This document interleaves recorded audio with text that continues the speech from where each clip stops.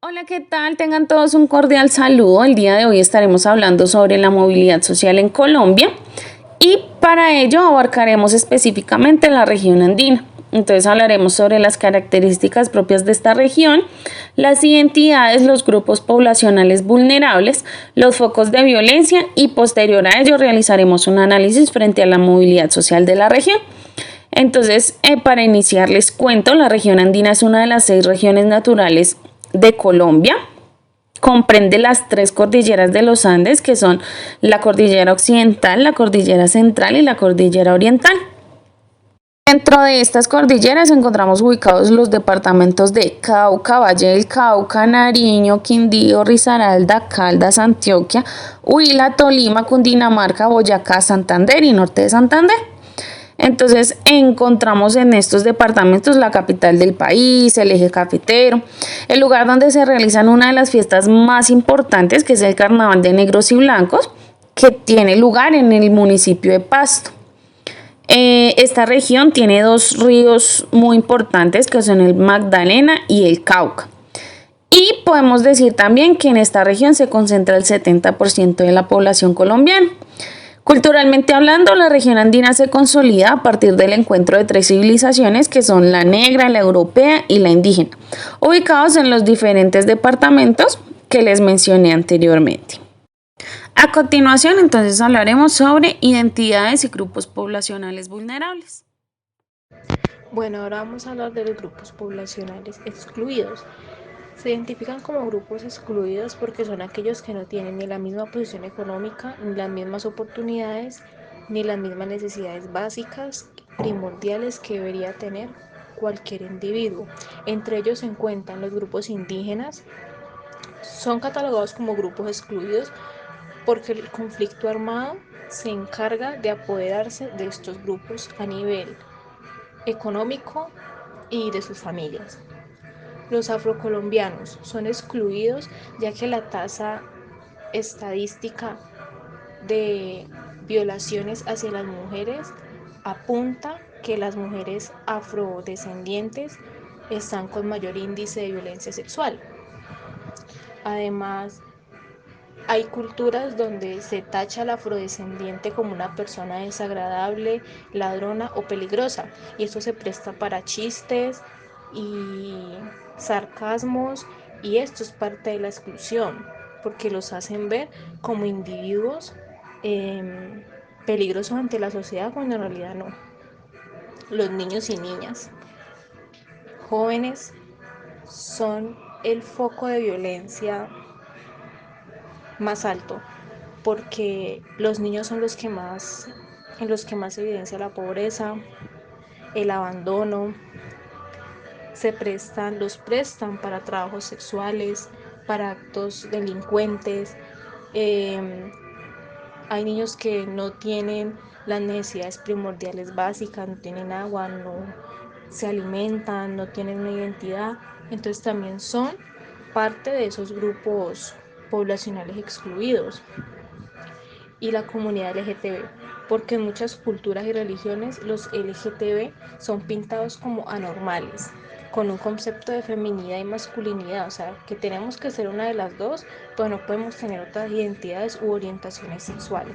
Entonces también la comunidad LGTB es catalogada porque ellos sufren un índice de maltrato tanto físico como verbal y en casos muy graves el homicidio. Violencia en la región andina. La región andina ha sido centro de conflictos por el control de sus riquezas y por el establecimiento de corredores que conectan diferentes actividades de narcotráfico. Según la Unidad para la Atención y la Reparación Integral a las Víctimas, entre 1985 y el 2020, en Antioquia, Caldas, Cauca, Huila, Quindío, Risaralda, Tolima y Valle del Cauca se reportaron 80.555 casos de hechos victimizantes a pueblos indígenas, entre abandono o despojo de tierras, actos terroristas, amenazas, delitos contra la integridad sexual, desaparición forzada, desplazamientos, homicidios, minas antipersonales, pérdida de bienes, muebles e inmuebles, secuestro, tortura y vinculación de niños y adolescentes al conflicto armado. Estos datos no dejan de ser un subregistro pero las organizaciones indígenas reportan más de 125.000 afectaciones a indígenas en la región. Como saben, Colombia ha sido marcada por el conflicto armado y las zonas más afectadas se encuentran en la región andina. Lo anterior debido a que estas son importantes geoestratégicamente al ser corredores de movilidad, zonas protegidas, por contar con lugares que proveen fuentes económicas como cultivos ilícitos, carbón, petróleo u oro. Así, tras 60 años de violencia, los departamentos más afectados son Antioquia, Santander y Norte de Santander, especialmente el Catatumbo.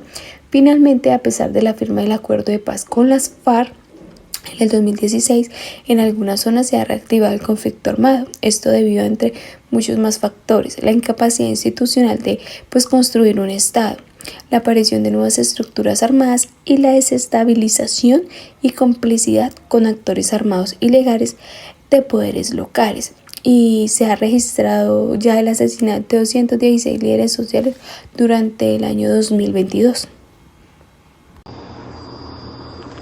Análisis frente a la movilidad social de la región andina. Cuando abordamos este tema nos referimos al aumento equitativo de las oportunidades de las personas a nivel de educación, salud e ingreso económico a lo largo de su vida y entre generaciones. Se muestra que los individuos que son hijos de padres con bajo nivel educativo se encuentran en mayor desventajas con respecto a aquellos que son padres con mayor capital.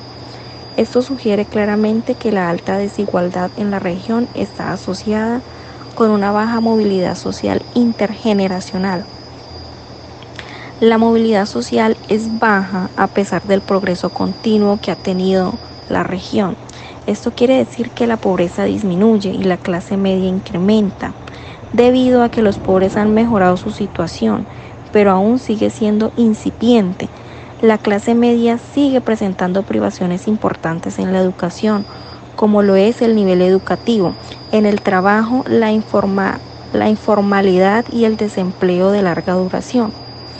La región andina posee la mayoría de los recursos hídricos del país, las mejores tierras agrícolas y ganaderas.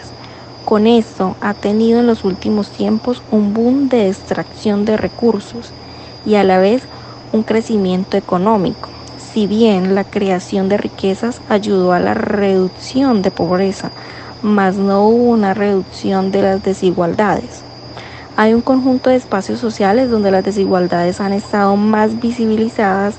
Entre ellas tenemos vulnerabilidad de los derechos humanos, violencia contra la mujer y temas ligados a las minorías sexuales. En cuanto a la educación, años atrás, la evolución de esta fue demasiado lenta, pero después los indicadores educativos crecieron a un ritmo nunca antes visto.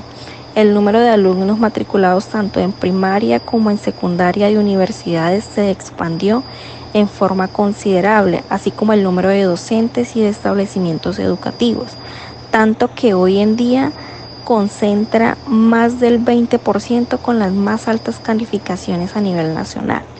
Y claro está que esta continúa, porque siguen habiendo demasiados niños que no tienen acceso a la educación, ya sea por falta de recursos, por violencia o por la explotación infantil. En cuanto a la salud, se puede decir que la mayoría de la población está afiliada al servicio, pero las personas no están satisfechas con este servicio. Podemos concluir que las ciudades grandes muestran un mejor desempeño que en la parte rural, no solamente porque son las que mayor movilidad presentan, sino porque son las que mayores ganancias tienen. Esto puede ser el resultado de varios elementos, como por ejemplo mejor infraestructura educativa, mejor calidad de profesores, mayores tasas de retención en el sistema escolar o simplemente mayor inclinación de los padres porque sus hijos logren mejorías en su calidad de vida al invertir más decisivamente en sus hijos.